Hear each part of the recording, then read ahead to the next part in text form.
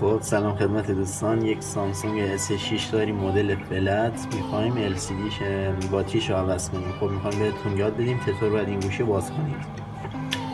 خب اولین کاری که میکنیم گوشی خاموش میکنیم.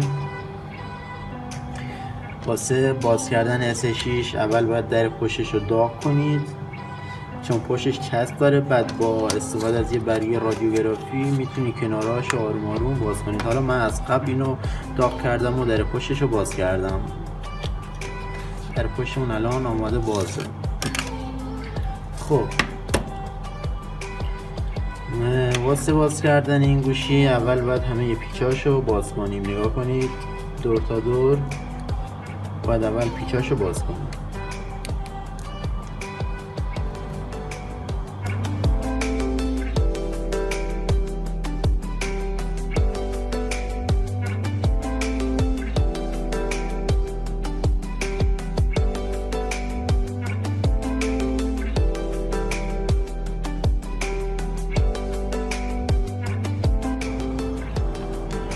خب دوستان همونطور که میبینید ما تمام پیچای این گوشی باز کردیم. الان دیگه پیچ باقی نمونده. یه پیچ دیگه مونده این گوشه. خب نگاه کنید تمام پیچاشو باز کردیم.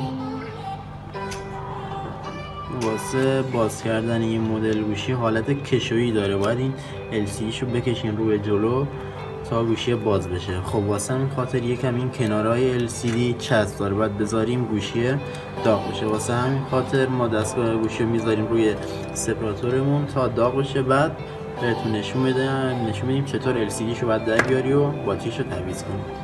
خب دوستان همونطور که میبینید ما گوشی رو گذاشتیم روی سپراتور، داغ شده. بعد چسبای دور LCD یکم باید جدا کنیم، بعد رو به سمت جلو بکشیم که LCDش در بیاد.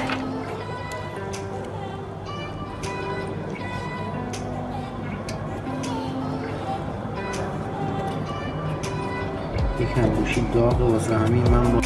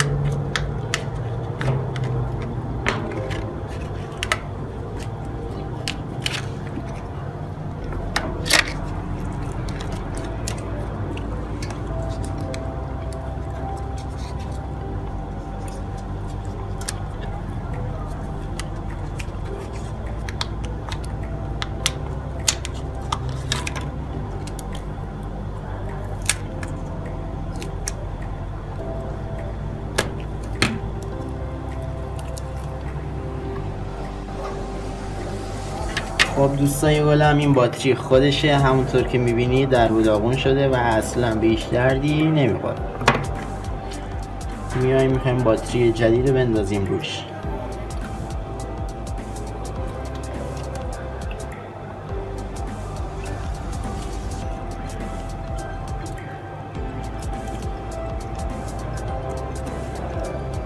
بردمون رو جا میزنیم.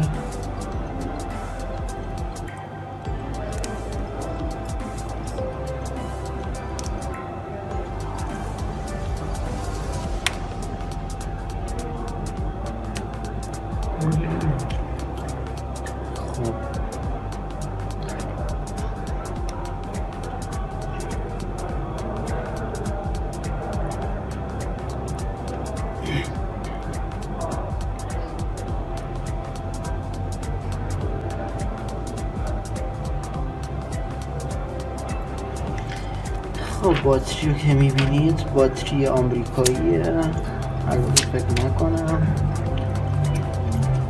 میذاریم روی گوشی.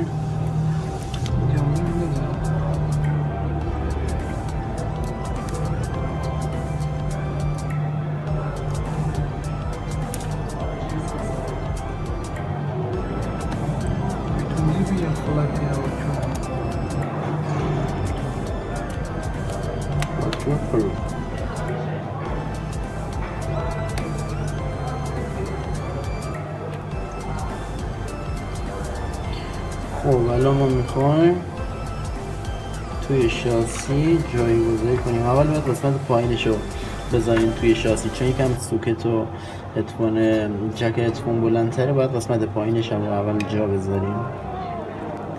خب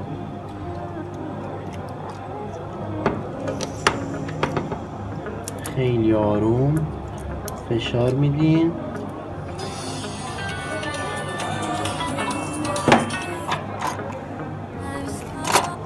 بعد میایم حالا پیچ های این گوشی رو ببندیم.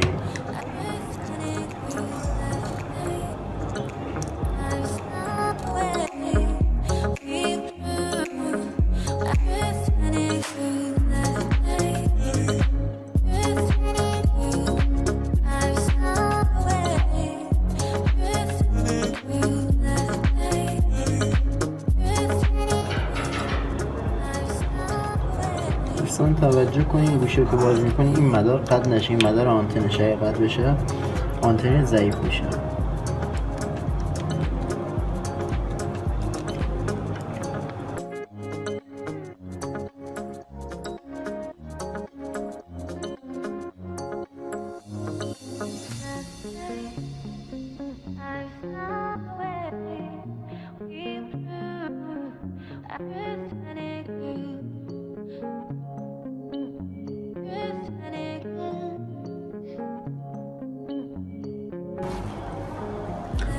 خب دوستان ما الان میخوایم در پشتش هم ببندیم. نگاه کنید در پشت خودش یکم شکسته بود، یه در پشت نو هم واسش آوردیم که ببندیم.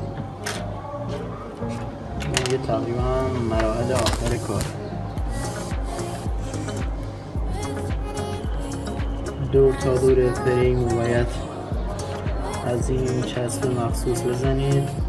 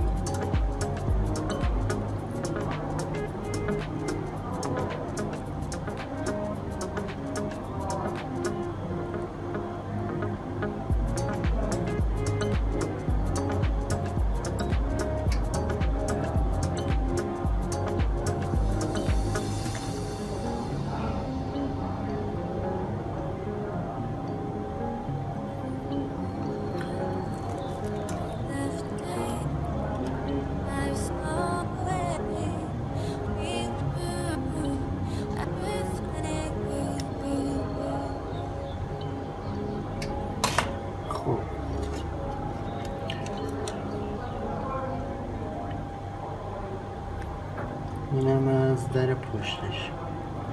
بعضی از این تعمیرکارا میان حالا با گیره در پشت رو میچسبونن، ولی ما میایم با همین چسب خودمون درش رو میچسبونیم.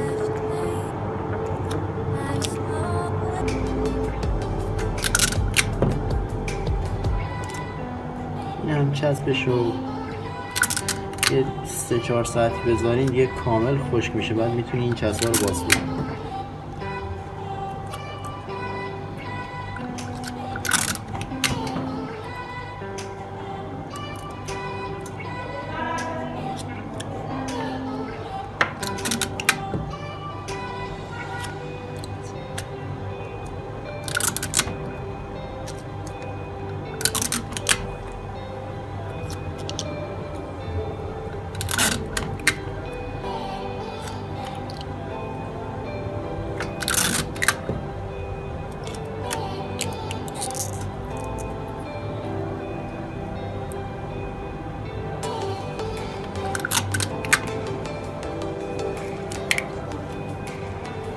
قسمت رو کامل از این کسر زنی تا قشنگ در پشتش بچسب.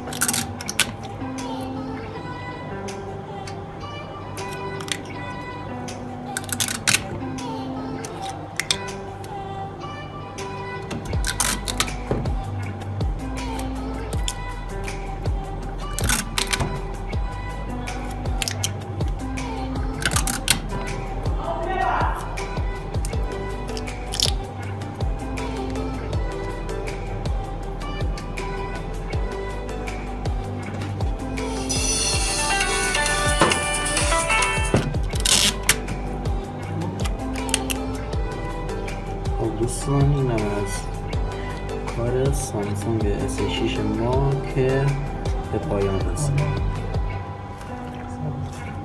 شما میتونید کانال ما رو سابسکرایب کنید تا از کارهای بعدی ما با خبر بشید. خسته نباشید.